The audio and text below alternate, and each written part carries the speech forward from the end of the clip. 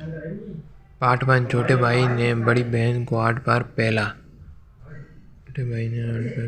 नमस्कार दोस्तों, मैं रिंकी बहुत बहुत स्वागत करती हूँ। मैं आज आपको अपनी कहानी सुना रही हूँ। ये मेरी पहली स्टोरी है जो मैं आपको सुना रही हूँ।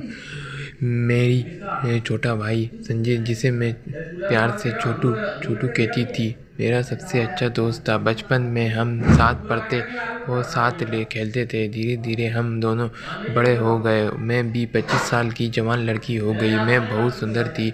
जब मैं जवान हुई तो मेरी छातियाँ बड़ी बड़ी गोल गोल ऊपर आईं और मीठे रस से भर गईं। इस रस को पाने के और पीने के लिए कितने ही लड़के बेकरार थे। अपनी लड़की को जवान होते देख पापा को मेरी शादी की परवाह होने लगी।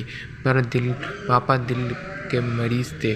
ज़्यादा भागदौड़ वो कर नहीं पाते थे। उनके दिल की धड़कन बढ़ जाती थी। इसलिए अब मेरा छोटा भाई पर ही मेरी शादी की ढूंढने की बेदारी थी। अब छोटू हर हफ्ते मेरे लिए सही लड़का ढूंढने जाने लगा। एक ही सही लड़का ढूंढने इतना भी आसान नहीं था। बेचारा छोटू 8 साल तक ये वहाँ जाकर लड़का ढूंढता रहा। तब जाकर लड़का मिला। छोटू ने ही पूरी शादी निपटाई। हलवाई, टेंट, दहेज की शॉपिंग, सारी भागदौड़ छोटू ने ही की। बड़ी भागदौड़ की उसने। मेरी शादी हो गई। सब कुछ अच्छे से चल रहा था। पर 2 साल बाद में ही मेरे पति गुजर गए। मेरी सास ने मुझे चुड़ैल डायन बताकर घर से बाहर निकाल दिया। मैं वापस घर आ गई। मैं बहुत दुखी थी। मैं बस सारा दिन दरवाजे पर बैठी रहती थी और रोती रहती थी। फिर मेरे प्यारे भाई छोटू ने कितनी मेहनत करके मेरी शादी की थी। अब मैं फिर से अपने घर वापस लौट आई थी। मैं खुद को घर पर बोझ मानने लगी थी। एक दिन मैंने बाथरूम में फिनाइल पीकर जान देने की कोशिश की। मौके पर छोटू आ गया और उसने मेरे हाथ से फिनाइल की बोतल छीन ली। मैं मरना चाहती हूँ। मैं तुम लोगों पर बोझ नहीं बनना चाहती, मैं बोल ली और फुट फुट कर रोने लगी। दीदी, तुम मेरी बड़ी दीदी हो। तुम मेरे सगी बहन हो। क्या कभी बहन भाई के लिए बोझ हो सकती है? छोटू बोला और उसने मुझे गले से लगा लिया। बहुत देर तक मैं अपने भाई छोटू से गले लगा कर रोती रही। अगर आज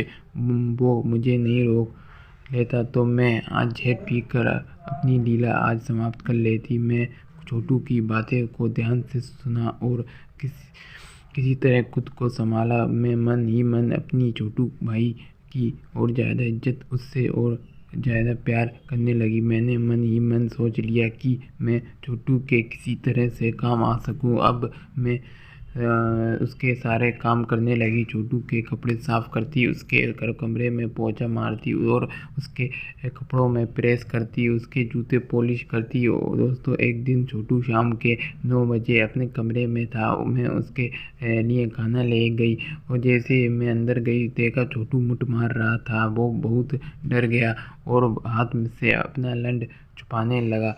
मैं तुरंत खाना रखकर भाग आई। कुछ दिन बीते तो मैंने छोटू से बात की। भाई, तुम मुठ मत मारा करो, इससे तुम्हारा लोड़ा कमज़ोर हो जाएगा। तुम चाहो तो मेरी चूत मार लिया करो, मैंने उससे कहा।